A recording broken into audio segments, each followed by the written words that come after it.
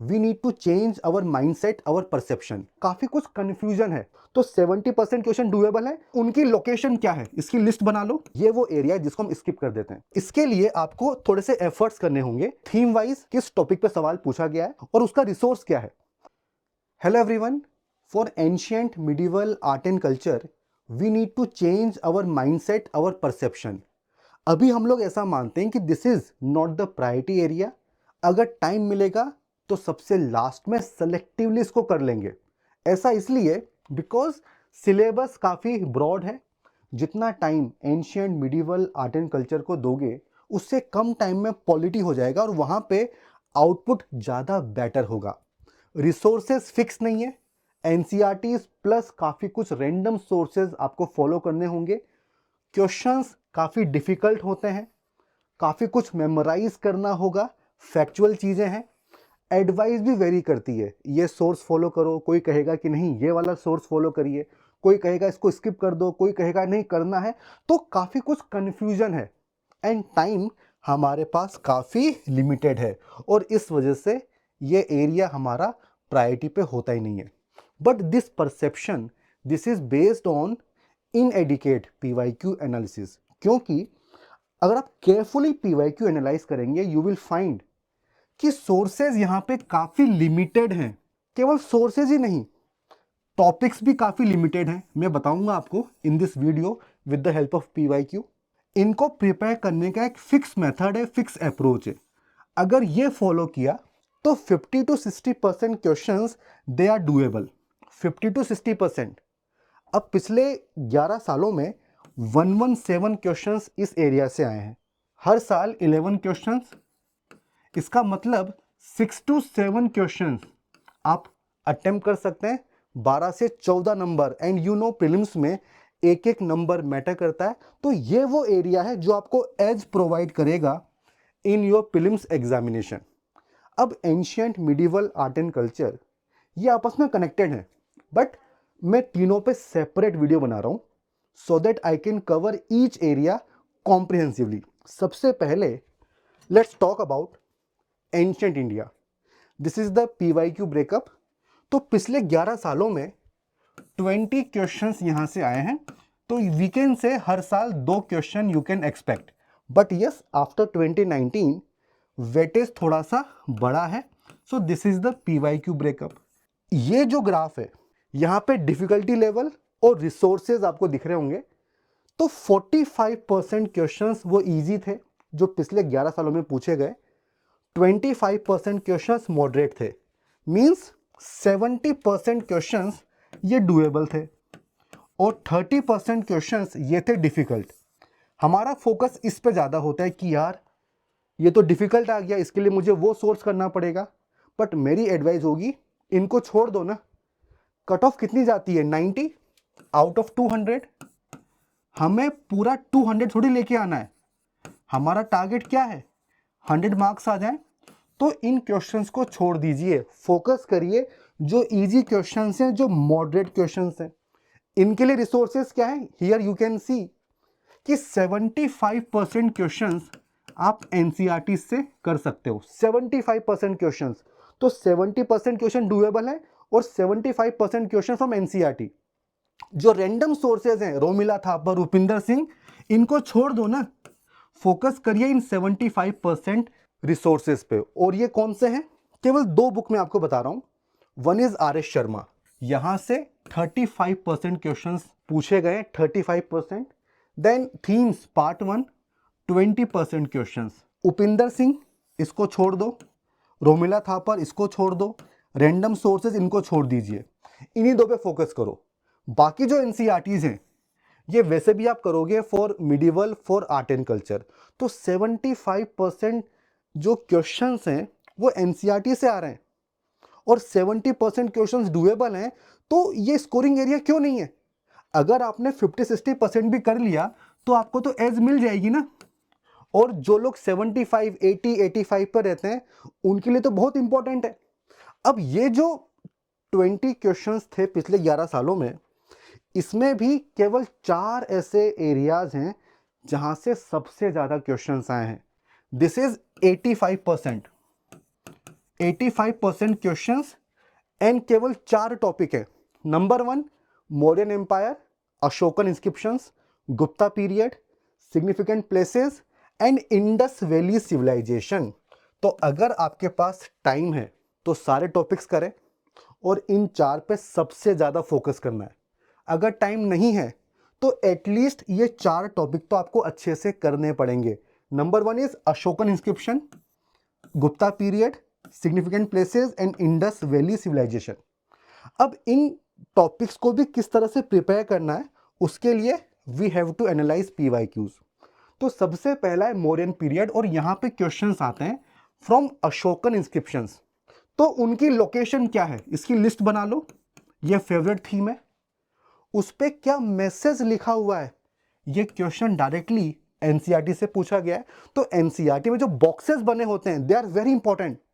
Decipher किसने किया है, जेम्स प्रिंसेप, ये भी एनसीईआरटी से पूछा गया है।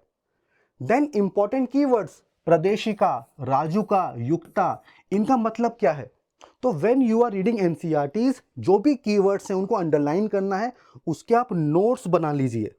Then mapping, very very important, और ये वो एरिया है जिसको हम स्किप कर देते हैं। ये क्वेश्चन देखो, महाजनपदास एंड कौन सी रिवर फ्लो करती है, और इसका आंसर इन 2 मैप से आप कर लोगे।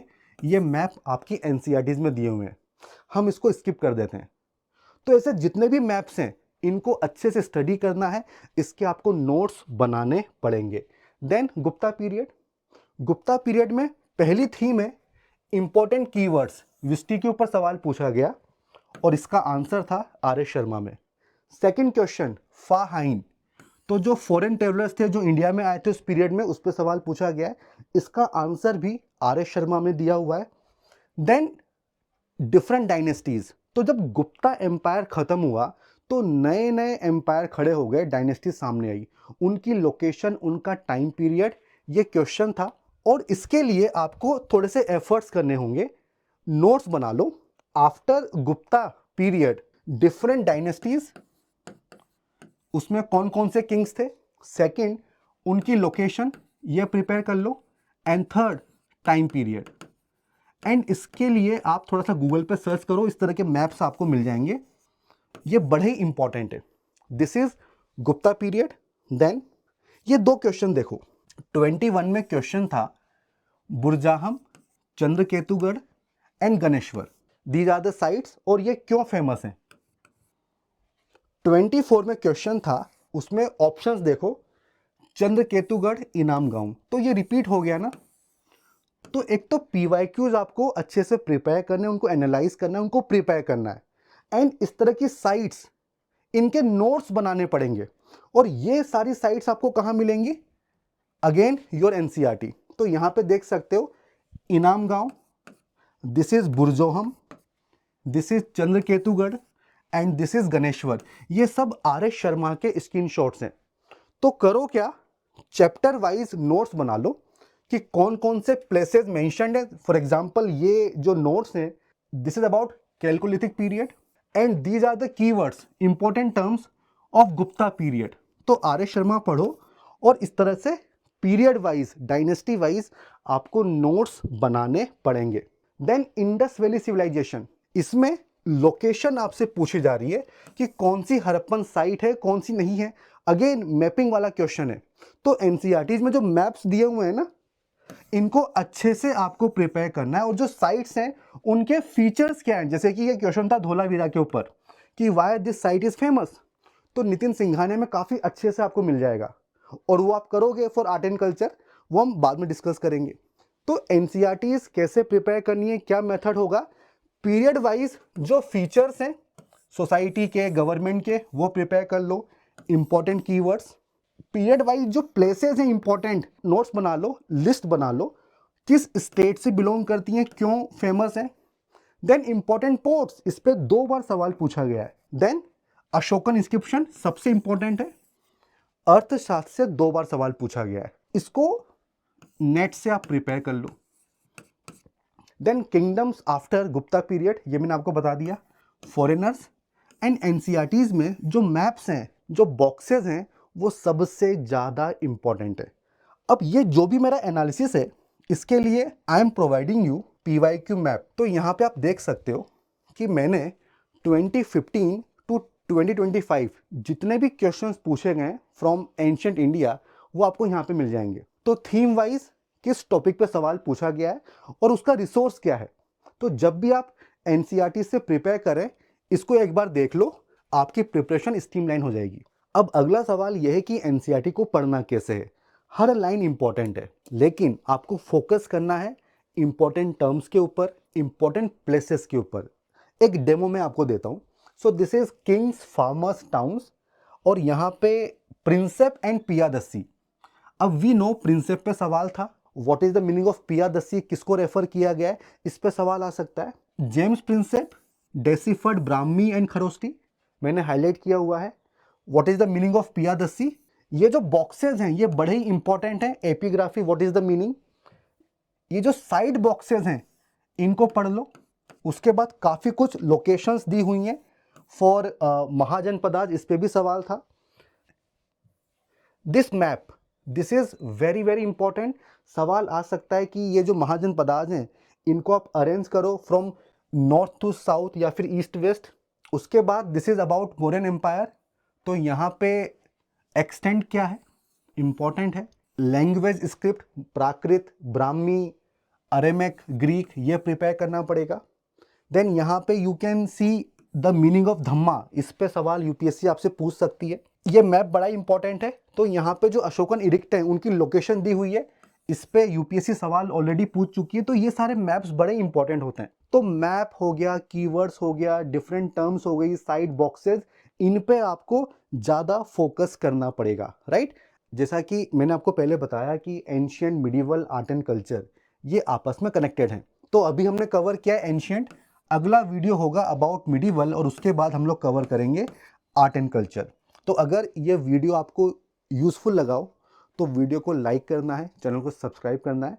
एंड फॉर PYQ मैप आप मेरे टेलीग्राम चैनल को ज्वाइन कर लो, यहीं पे आपको सारे डॉक्यूमेंट्स, सारी PDF मिलेगी। So all the best and good bye.